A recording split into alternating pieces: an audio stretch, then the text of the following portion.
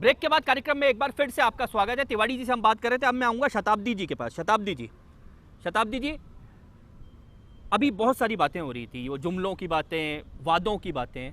आपको नहीं लगता कि पंडित जवाहरलाल नेहरू से लेके और नरेंद्र मोदी तक, जिसने चुनाव में जो कहा अगर वो कर जाता तो हम आज कहाँ होते हैं? बिल्कुल सही कह रहे हैं आशीष जी आप। मैं एक बात बोलना चाहूँगी, रविन्द्रनाथ टैगोर जी ने भारत के विभाजन के टाइम पे ये बात बोली थी, जबकि हम आज़ाद होने वाले थे, कि निश्चित रूप से अंग्रेज ये देश छोड़ के जाएंगे, लेकिन अपने पीछे वो हिंदुस्तान कैसा होगा, कितना दलदल भरा होगा वो। और वाकई में मतलब तब से हम देखें हमारे प्रथम प्रधानमंत्री जवाहरलाल नेहरू जी के टाइम से लेके अब तक सिर्फ बातें हुई हैं, बातों के अलावा कुछ भी नहीं हुआ। हर पार्टी आती है, आप ज़मीनी स्तर पे क्यों नहीं करते? अब आपने बोला युवाओं का देश, ये सही बात है कि विश्व में सबसे ज़्यादा युवा हमारे देश में है, लेकिन क्यों नहीं, मतलब क्यों उन युवाओं को सड़क पर भटकने के लिए छोड़ दिया जाता है? क्यों उनकी नौकरी के लिए कुछ नहीं किया जाता? आप उनको टिकट के टाइम पे और सबसे बड़ी विडंबना हमारे देश की ये है कि हम बोलते हैं हमारा देश सबसे बड़ा लोकतांत्रिक देश है, जनता के द्वारा जनता के लिए शासन। क्या ये अपने आप में एक कितनी, मतलब ये सरकास्टिक वे में नहीं है कि जिस जनता को आप वोट के टाइम पे याद करते हो, अगले 5 साल तक तो उसकी सुध-बुध लेने की भी किसी को भी याद नहीं आती। तो क्यों नहीं हम मतलब यूथ को आगे बढ़ाते, उनकी एजुकेशन के लिए कुछ करते, उनको नौकरियां क्यों नहीं हर कोई भी गवर्नमेंट आए, सबको आप जो कह रहे हैं निमिषा जी, देश की स्थिति जो 47 में महिलाओं की अगर बात करूं, जो स्थिति थी, अगर गाँव में जाओगे तो वही स्थिति आज भी बनी हुई है। स्थिति को रातों रात परिवर्तित तो नहीं होती है, लेकिन एक प्रखर प्रयास होते हैं। 70 साल, बिल्कुल मैं मानती हूँ स्वाति जी, आपकी बात से मैं सहमत हूँ कि मैंने आशीष जी बात का प्रारंभ भी इसी बात से किया था कि आज क्यों हम जूझे, कहाँ हम चूक गए। बात करते हैं विकसित राष्ट्र की, लेकिन आज जो हमारे भारतीय जनता पार्टी का शासन का कार्यकाल देखा जाए पिछले वर्ष का, तो हम उस गांव ढाणी में बैठे उस युवा से लेकर के हर व्यक्ति को सरकार के साथ सहभागी बनाने का प्रयास कर रहे हैं हम लोग। और देखिए हमारी मेक इन इंडिया जैसे प्रोजेक्ट, स्किल डेवलपमेंट जैसे, छोड़ दीजिए, आप थोड़ी देर छोड़ दीजिए। हाँ बताइए, पार्टी पे मत आइए, मैं कह रहा हूँ महिलाओं की स्थिति की बात। आप पार्टी पे आएंगी तो मैं गिना दूंगा, कुल मिलाकर अब तक अगर आप इनके 65 गिनाएंगे, 14 साल आपने भी राज किया जी। नहीं, एक तो उस 14 साल में बदल देते हैं, एक प्रखर प्रयास 14 साल में बदल देते हैं।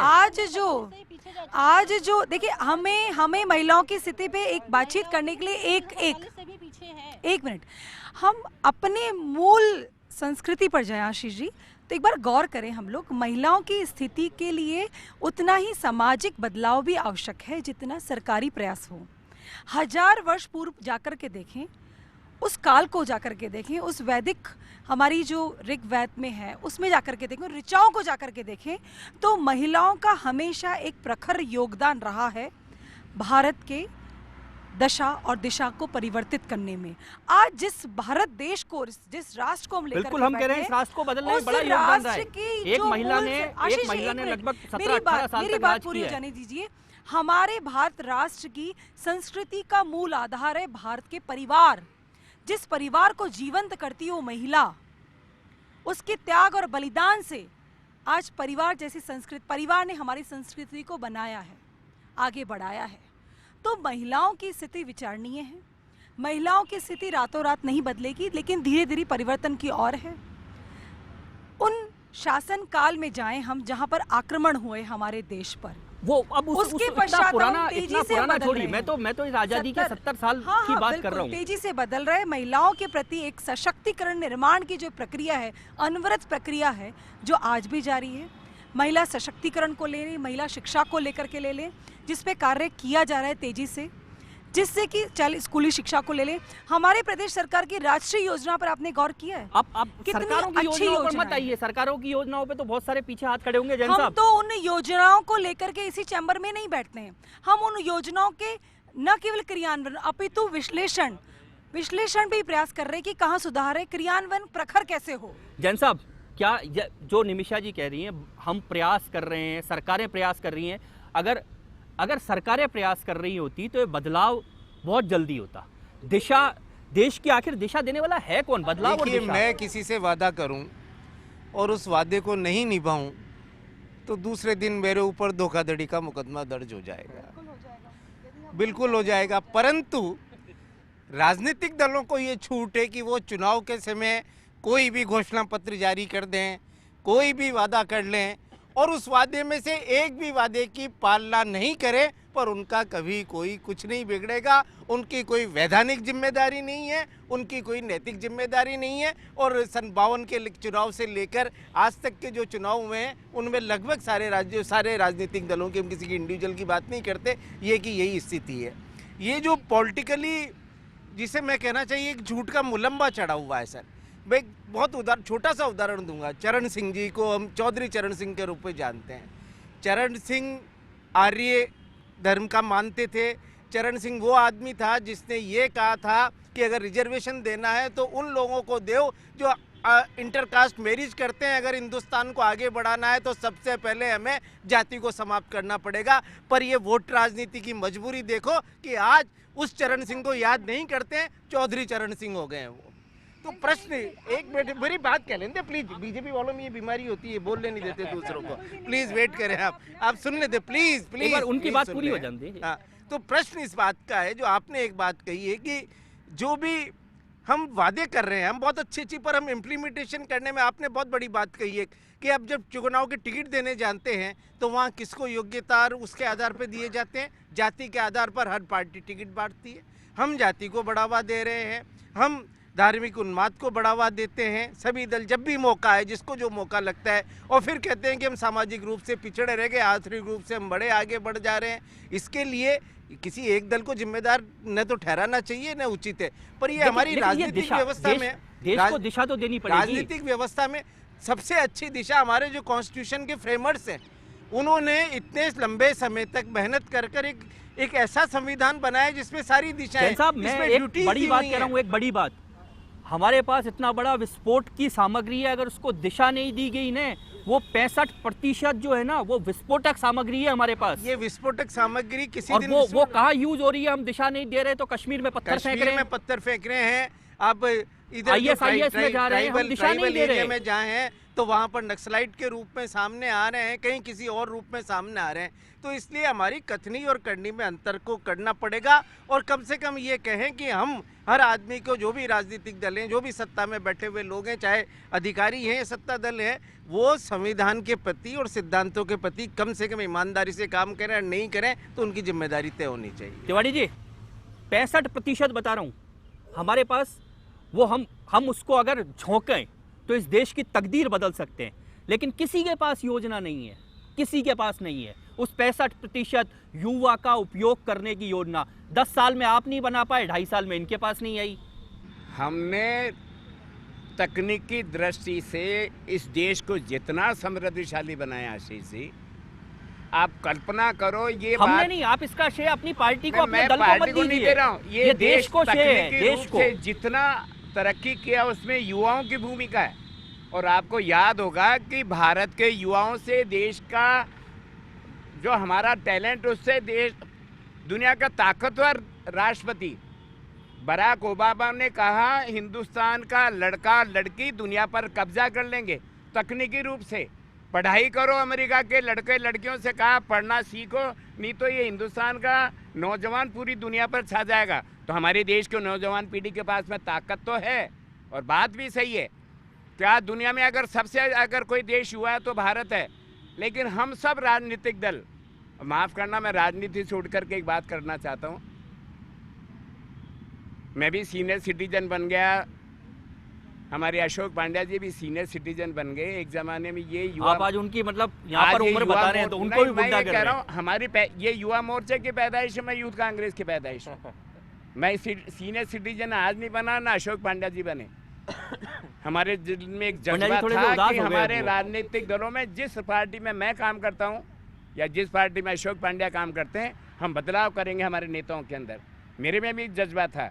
लेकिन केवल और केवल सत्ता हमको कब्जा करना है। और ये आप पार्टी एक नई आ गई, ये कह रहे थे त्यागी जी कि हम त्याग और बलिदान के हैं। त्याग और बलिदान का इतिहास तो जितना कांग्रेस का दुनिया में किसी पार्टी का नहीं है। लेकिन आज सत्ता पर कब्जा करने के लिए हम सारे सिद्धांतों को तिवारी जी, अगर मैं आज पैदा हुआ हूँ तो ये मेरी गलती नहीं है, मैं नहीं मौका कह रहा आएगा तो मैं बलिदान कर सकता हूँ। तो आप ये क्रेडिट मत लीजिए कि कांग्रेस ने इतना बलिदान किया है। मैं ये कह रहा हूँ नौजवान को हम रोजगार की तरफ प्रेरित करना चाहते हैं, लेकिन हम उनको झांसे में ला रहे हैं नारों में, डिजिटल इंडिया, स्टार्टअप इंडिया। मेरे को पता ही नहीं लग रहा ये नौजवान कितनी पूरी की पूरी लिस्ट ले ले कि उसको कौन सी दिशा में जाना चाहते हैं। सीधे सीधे कहना चाहिए देश के प्रधानमंत्री जी को, किसी भी राज्य के मुख्यमंत्री को कहना नहीं चाहिए नौकरी का मतलब। आज भी नौजवान चाहता है कि मेरे को सरकार की नौकरी मिलेगी, और हम लोग किसी को जब रोजगार नहीं दे पाते हैं तो नौजवान भटकता है। और सही है हमारे देश का नौजवान। रुको, एक मिनट आपको रोकूंगा। पंड्या जी आपके पास आ रहा हूँ, क्योंकि इन नौजवानों की, इस यूथ की अगर बात करो ने, तो सबसे ज्यादा जिसके कंधों पर चढ़कर पहुंचे उन्नति तक आप लोग पहुंचे हो। 75 के आपातकाल में पूरा यूथ सड़क पे था, आप सत्ता में आ गए। 89 में राम मंदिर के नाम पर सारा युवा सड़क पे आ गया, आप सत्ता में आ गए। इस बार फेसबुक पर पूरे यूथ ने मोदी जी को छा दिया, आप सत्ता में आ गए। ये नौजवान ही देश की तकदीर बदलता है। और नौजवान नहीं, ये जो नौजवान आर्थिक दृष्टि से यदि सोचें तो ये मजबूत राष्ट्र का नौजवान है, और ये पूरी दुनिया में, हिंदुस्तान ही नहीं पूरी दुनिया में छाया हुआ है। जब ये हक मांगता है, भारत की सरकार उसके प्रति सावचेत है। पांड्या जी ईमानदारी से जवाब दो, जब ये यूथ हक मांगता है ने, राजनीतिक हिस्सेदारी मांगता है, तब उसको बचपना कहा जाता है। दोनों राजनीतिक दलों की स्थिति है, आप स्वीकार करो ने। देश में अगर राजनीतिक, मेरी पार्टी की जहाँ तक सवाल है, हमने तो जाति पे चलते हैं। इस देश में वो प्रधानमंत्री है। अच्छा, आप आज मंच पे कह रहे हैं, आप पांड्या जी, 10,000 लोग भी नहीं होंगे पूरे देश में। पांड्या जी इस मंच पर खुलकर कहिए, आप खुलकर कहिए कि आपका राजनीतिक दल, ये अकेली राजनीतिक पार्टी ऐसी है जो जाति के आधार पर टिकट बांटना होता। ये गुजरात में हमने जैन को बनाया, जैन को, वहाँ पे पटेलों को नहीं बनाया। ये जातिवाद की महाराष्ट्र में हमने महाराष्ट्रियन को नहीं बनाया, जाति के आधार पे नहीं होती भारतीय। पंड्या जी, ये अकेली पार्टी ऐसी है जो किसी जाति के आधार पे नहीं हो रही। पंड्या जी टीवी पे झूठ मत बोलिए, दोनों लोग झूठ मत बोलिए। ये चर्चा को नहीं बोलना चाहता हूँ मैं। ये भारतीय जनता पार्टी जाति को तोड़ना चाहती है, जाति के आधार पे नहीं करना चाहते। अच्छा, आपको एक मिनट रोक रहा हूं पीछे। आगे 75 साल के लोग जो राजनीतिज्ञों को रिटायर करने का ये बात किसने पैदा की? भारतीय जनता पार्टी ने पैदा करी। जो सबसे ज्यादा युवाओं को टिकट किसने दिए, ये भी आप देख लो किसने। पंड्या जी आप टिकट मत दो, आप माइक दे दो एक बार वो युवाओं को माइक दे दो। आप टिकट बाद में देना, टिकट आपसे बाद में मांगेंगे, थोड़ी देर उनको माइक दे दो। अभी अपने बात चल रही थी कि 70 साल में अपन कहाँ आ गया है। जो अपने आज़ादी की बात चल रही थी, इसमें अपना आर्थिक आधार पे तो मजबूत हुए हैं, लेकिन जो सामाजिक आधार पे आज वहीं के वहीं है। किस वजह से? इन दलों की वजह से। अगर ये लोग चाहते तो आज ये जो बिछड़ापन है, ये जो आर्थिक आधार पे दूर हुआ है, वो सामाजिक आधार पे भी दूर हो सकता था। इसके लिए पूरी तरीके से ये जिम्मेदार है। एक बार इनका नंबर आता है, एक बार इनका नंबर आता है। और ये दो दलों की बात नहीं है, सभी दलों की यही बात है, ये सारी कंडीशन। तो ये उस सारी बातों को भुला के जो अपन बात करने आए वो तो भुला रहे हैं, और दूसरी बात लेके आ रहे हैं बीच में। अभी मैम थी, ये बार बार अपनी योजनाएं गिना रही थी, जिसका कोई मतलब ही नहीं था अभी यहाँ पे। नहीं था, बिल्कुल नहीं था। अभी ये जब बात अपने आज़ादी पे, भाई जब बात आज़ादी के ये 70 सालों में अपने क्या खोया क्या पाया जिसकी चल रही है, तो फिर ये बात कहाँ से आ गई? तो मेन बात जो आप आज महिलाओं की जो पिछड़ी हुई स्थिति है, उस पे बात करो। आप जो जाति के आधार पे देश को बांट रहे हो आज भी उसी तरीके से, उसकी बात करो आप।